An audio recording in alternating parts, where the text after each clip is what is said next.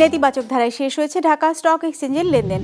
সার্বিক সূচক DSC x 41 point কমে দাঁড়িয়েছে 5,736-এ। বেচা কেনা হয়েছে 796 কোটি টাকার।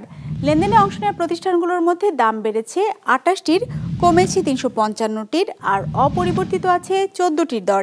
এবার বাজার নিয়ে বিশ্লেষণ শুনবো অ্যালায়েন্স ক্যাপিটাল অ্যাসেট ম্যানেজমেন্টের। আজকে মার্কেট নেগেটিভলি ক্লোজ হয়েছে এবং মার্কেটের ওভারঅল সেন্টিমেন্ট ছিল আজকে বিয়ারিশ নেচারের। ইন্ডেক্স প্রায় 41 পয়েন্টস কমে এখন ফাইনালি দাঁড়িয়েছে 5,737 পয়েন্টস, এবং মার্কেটের ওভারঅল টার্নওভার ছিল আজকে প্রায় 800 কোটি টাকার মতো। অর্থাৎ মার্কেটে ইনভেস্টররা রিলেটিভলি ভালো পার্টিসিপেট করেছে আজকে।